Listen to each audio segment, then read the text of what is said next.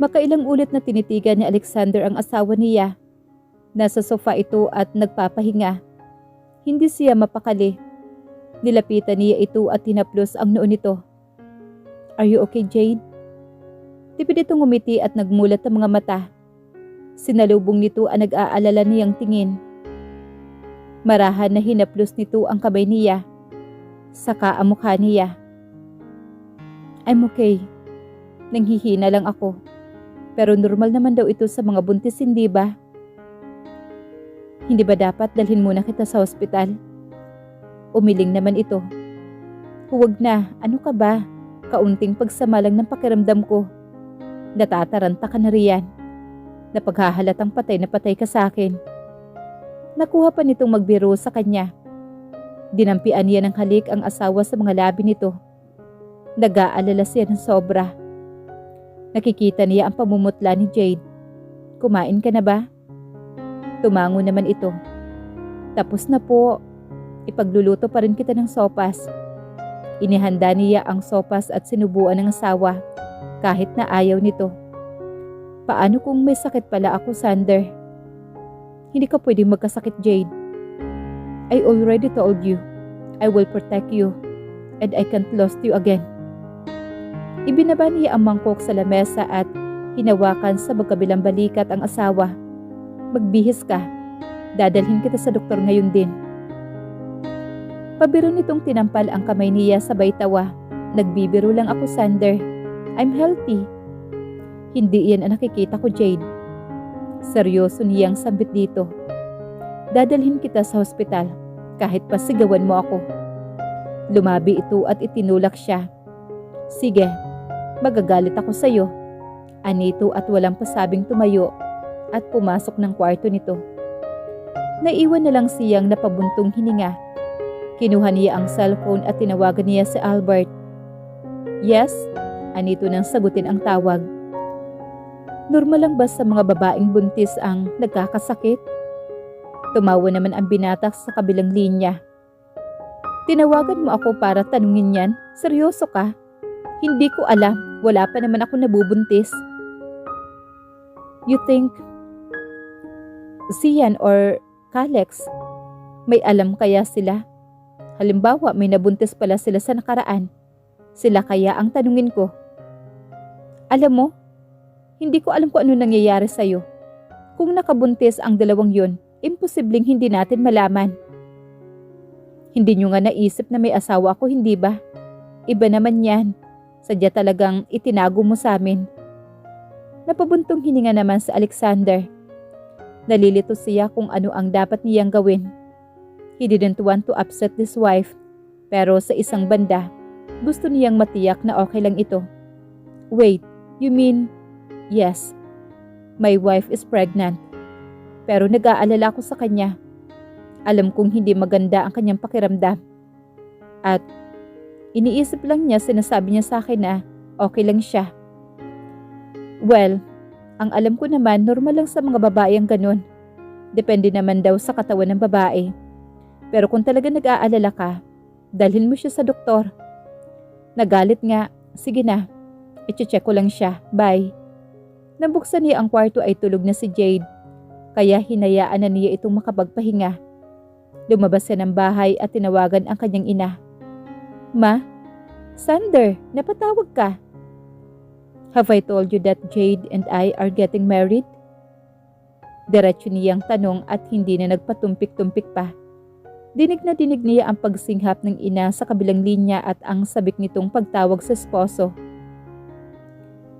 Maray namang inagaw ng kanyang ama ang telepono na hindi niya ikinagulat. Sinasabi nitong ulitin daw niya ang sinasabi niya sa kanyang ina. "Pa, magpapakasal kami ulit ni Jade." "You have finally come to your senses, iho. I knew this day would come. The moment you went home in San Ignacio, I already sensed that you have special feelings for your wife. There were times that I had to be taught on you para malaman ko kung hanggang saan mo kayang ipaglaban ang asawa mo. At nang malaman ko kay Vander na handa na siyang pakawalan ang asawa mo, alam kong nasiguro na niyang mahal mo na si Jade. Hindi basta-bastang bibitawan ni Vander si Jade. He is in love with Jade at poprotektahan niya ito kahit na anong mangyari. At nung malaman niya na handa ka ng panagutan si Jade at protektahan ito, nagbigay daan na siya. Hindi ko man naintindihan noon, Papa, ang mga ginagawa mo para mabuksan ang puso ko para sa asawa ko. Tumawa lang ang kanyang ama. Ibig sabihin ang mga pagbabanta sa kanya ng ama na paghihiwalayan sila ni Jade ay paraan lang nito para sukatin ang katatagan ng damdamin niya para sa asawa. Nakaramdam din siya ng paghanga para sa kapatid. Hindi madali ang desisyon nitong pakawalan na si Jade. Totoo iyon. Hindi umalis sa tabi ng asawa niya noong mga panahon na nagpapakahangal siya. Hindi nito pinabayaan si Jade. Inalagaan at minahal nito ang asawa. Napabuntong hininga siya kung tutuusin ay malaki ang utang na loob niya sa kapatid. Maybe it was time to reach out to his half-brother. Hindi pa man huli ang lahat para magkaayos silang dalawa. Jade was right when she said before that Vander is a good-looking guy. Hindi lang sila nabigyan ng pagkakataong maging bukas sa isa't isa. By the way pa, may isa pa akong gustong sabihin sa inyo ni Mama. Ano pa ba ang mas magandang balita na ikakasal kayong dalawa muli ni Jade? I think saying that she's pregnant with my child is better news. What do you think, Pa?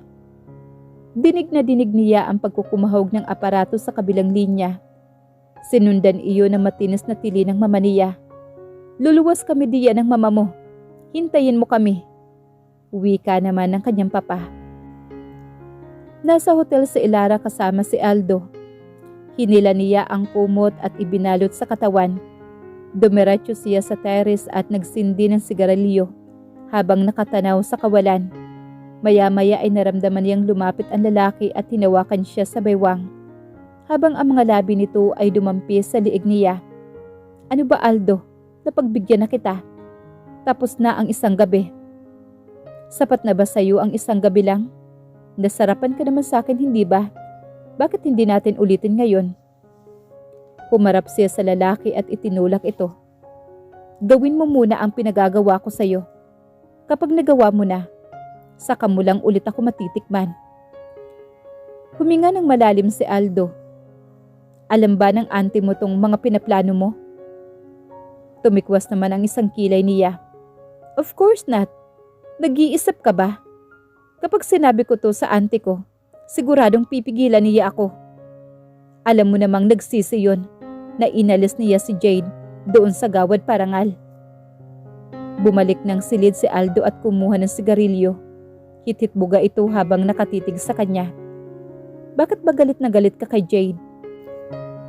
Dahil nagbabalat kayo siya. Kunwari inosente. Pero napakawalang hiyang babae.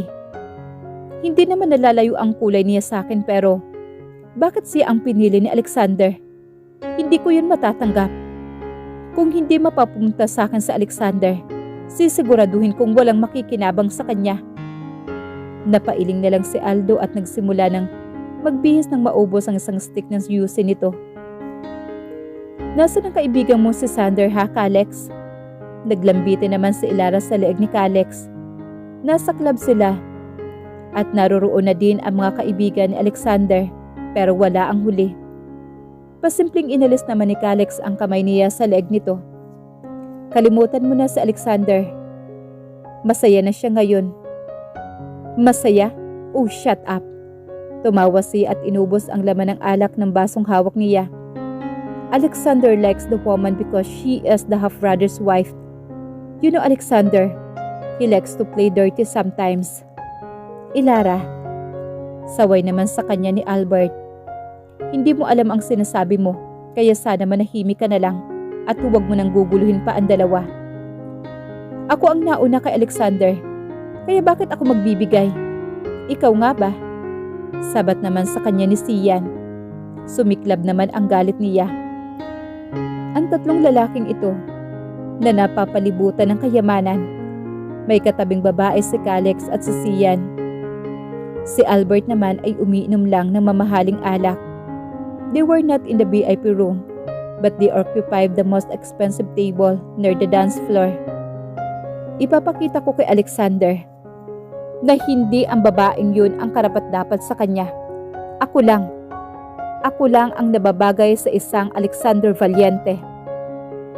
Have you ever thought of checking more about Jade? Pinaimbestigahan mo ba siya? Inalam mo ba kung sino talaga ang pinakasalan niya? Wika naman ni Albert. Hindi na kailangan pa. Alam ko ang nakita ko at narinig ko. Ang asawa ni Jade ay si Vander. Well, pwede mong i-check ulit. Simpleng sabi naman ni Albert. Imbes na intindihin ang sinabi ni Albert ay mas inuna niya ang pagpupuyos ng kanyang kalooban. Pinagkakaisahan siya ng mga ito, pues isasampal niya sa lahat ang baho ni Jade. Handa ka na ba sa event, Jade? Tanong niya sa asawa. Nakayakap dito mula sa likod habang tinitingnan nito ang sarili sa salamin. Nakasuot lamang ito ng simpleng black dress. It was decent and elegant. Ayaw pa niyang pagsuotin ng heels kanina ang asawa. Pero nangako itong iyon na ang huling pagkakataon na magsusuot ito ng mataas ang takong habang nagdadalang tao. Nakalugay lang ang buhok nito at simpleng make-up lang ang inilagay sa mukha nito. Sa kabila ng kasimplihan ng kaayusan ng kanyang asawa, ay lutang na lutang ang angkin nitong kagandahan.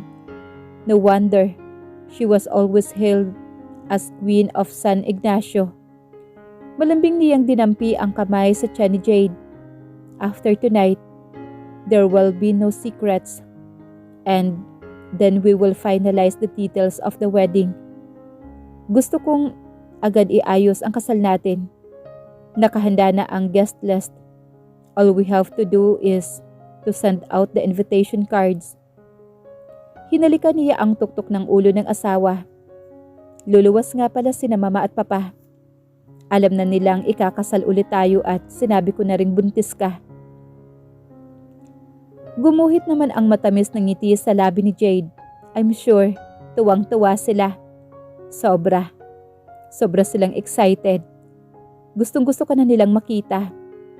Tumingin siya sa refleksyon ng asawa sa salamin na nasa harapan nila. Bumuntong hininga siya. Kumunot naman ang noo ni Jade. Para saan ang buntong hininga na yan? Para sa mga taon na sinayang ko. Hindi dapat kita iniwan noong ikinasal tayo. Siguro marami na ang anak natin ngayon kung hindi ako umalis noon.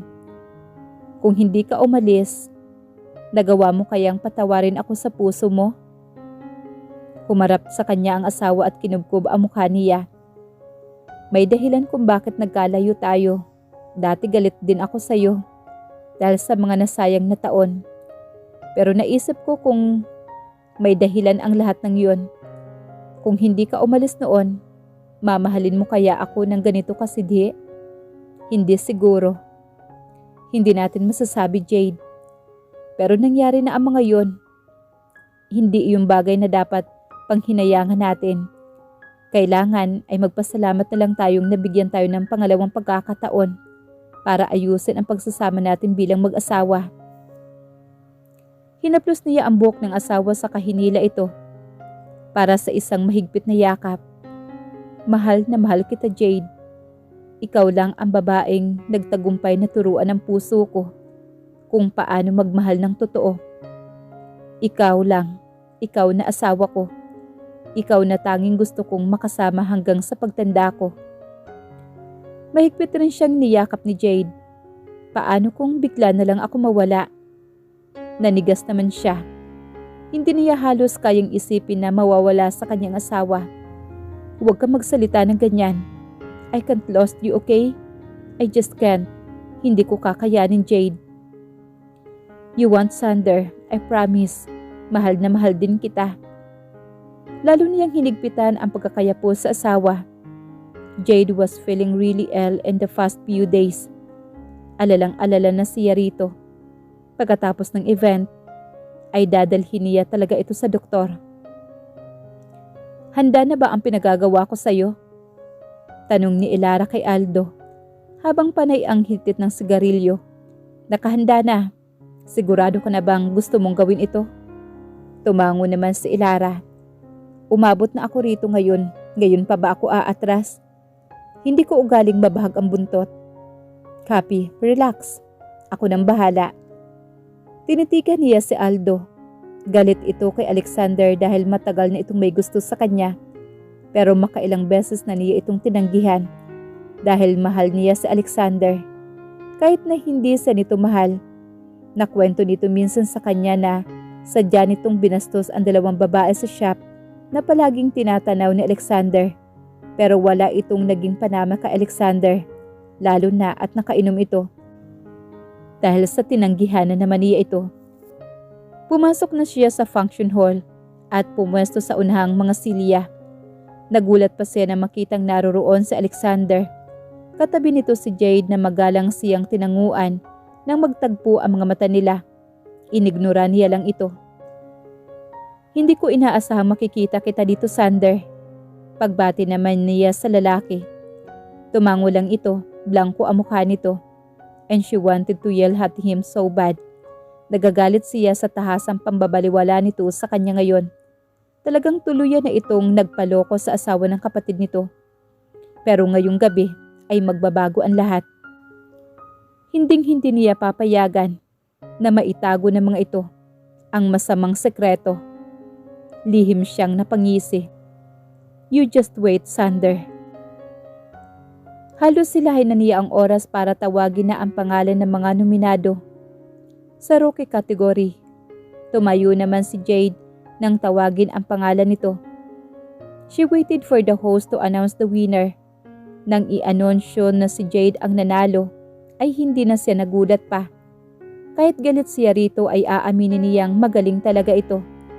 Lumingon siya kay Alexander nang umakyat na ng entablado si Jade. Napakuyom kamao siya nang makita niya ang paghanga na nakikita niya sa mga mata nito. Bakit siya hindi nito tiningnan ng ganoon? Kahit isang beses lang noon. Ano ang meron sa Jade na iyon na wala sa kanya? Na sa katotohanan nakasal na ito. Anytime now, bulong niya sa sarili. Ibinalik ang tingin sa entablado. And voila, the screen suddenly played a slide-down image of the Jade and Vander. Sa mga sumunod na larawan ay mga kuha naman ni Jade at ni Alexander. The image screamed intimacy. Umakyat siya sa entablado. Inagaw ang mikropono mula sa host at dinuruduro ang babae. Ang babaeng ito ay kasal kay Vander Valiente, sa kapatid ni Alexander. Pero nakipagrelasyon pa rin ang babaeng ito kay Alexander. And for what? For this award? Dahil iniisip ng babaeng ito na malakas ang impluwensya ni Alexander sa matingkad na sining. Umugong ang bulong-bulungan. Namutla si Jade at gilalas na napalingap sa paligid. Hindi totoo yan. Sinubukan nitong ipagtanggol ang sarili. Malalim ang pangamba sa mukha nito. At patuloy sa pag-iling hanggang sa nasapunan nito ang ulo. Ang sumunod niyang nakita ay ang pagtakbo ni Alexander patungo sa entablado. Madilim na madilim ang mukha nito. Pero bago pa nito maabot si Jade, ay bumagsak na ang babae. At may nakita siyang dugo na dumadaloy sa mga binti nito. My wife is pregnant. Call the ambulance. Malakas na sigaw naman ni Alexander. You hurt my wife. I'll make sure that you will suffer. Tandaan mo yan. Nagtatagis ang mga bagang ni Alexander at matalim ang tinging ipinukol sa kanya. Napako naman siya sa kinatatayuan. Tama ba ang narinig niya? Pinangko ni Alexander si Jade at walang tigil ito sa pagsigaw para hawiin ang mga taong nagkukumpulan sa harapan nito. Nang mawala sa paningin niya sina Alexander at Jade, ay hindi pa rin siya makagalaw. Biglang may umagaw sa mikroponong hawak niya, si Senyor Crisostomo. Humarap ito sa mga tao at itinaas ang kamay, bilang pagsasabing makinig ang mga tao rito. Gusto ko sanang manggaling kay Alexander ito. Pero dahil wala siya rito para depensahan ang sarili niya, ay ako na ang magsasalita. Alexander and Jade Valiente are legally married for 10 years now. They have all the documents and legal to prove the validity of their marriage. Hindi totoo yan. Halos bahaw ang boses niyang sambit. Yes, Elara, it's true. Mag-asawa si Jade at si Alexander. At dahil sa ginawa mo, ay inilagay mo sa panganib ang sanggol na nasa sinapupunan ni Jade. Pero, and just to clarify, hindi kasama si Alexander sa nagdesisyon kung sino ang mananalo. Walang kinalaman ang impluwensya niya sa pagkapanalo ni Jade. Jade is truly deserve the award. Wake up, honey, please. Hindi binabatawan ni Alexander ang kamay ng asawa. Hindi pa rin nagkakamalay at nakahiga lang sa hospital bed. Hindi na rin siya nahiyang ipakita ang paglandas ng mga luha sa kanyang pisngi. Halos mabiyak ang puso niya sa nakikitang anyo ng asawa. Maputlang maputla ito. Doc, kumusta ang asawa ko? Tanong niya sa doktor nang pumasok ng silid. Your wife is carrying 2 babies, Mr. Valiente. It causing her heart to overwork, plus she's suffering from anemia. Napanganga naman siya. Twins, kambal ang nasa sinapupunan nito. Naisuklay niya ang mga daliri sa magulong buhok. Iyan ba ang dahilan kung bakit dinugo siya at nawala ng malay? Yes, and another big factor is stress. Nangalit ang ngipin niya at kumuyom ang kanyang mga kamay. Magbabayad sa kanya ng mahal si Elara. Doc, kumusta ang kambal namin? They are safe now. But I'll be honest with you. Mahina ang kapit nila. Doc, please, tell me everything I need to do to keep my wife and our baby safe. Tumango naman ang doktor sa kanya.